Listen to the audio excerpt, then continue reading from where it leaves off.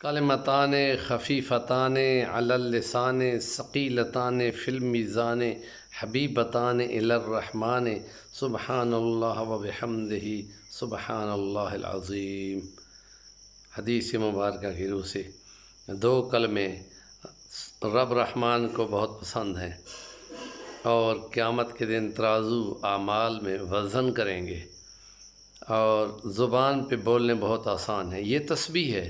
اس تسبیح کی برکت یہ ہوتی ہے کہ اس سے بندے پہ کوئی مشکل مصیبت ٹلتی ہے۔ حضرت یونس علیہ السلام نے مچھلی کے پیٹ میں جانے پر پڑھی تھی لا الہ الا انت سبحانک انی کنت من الظالمین۔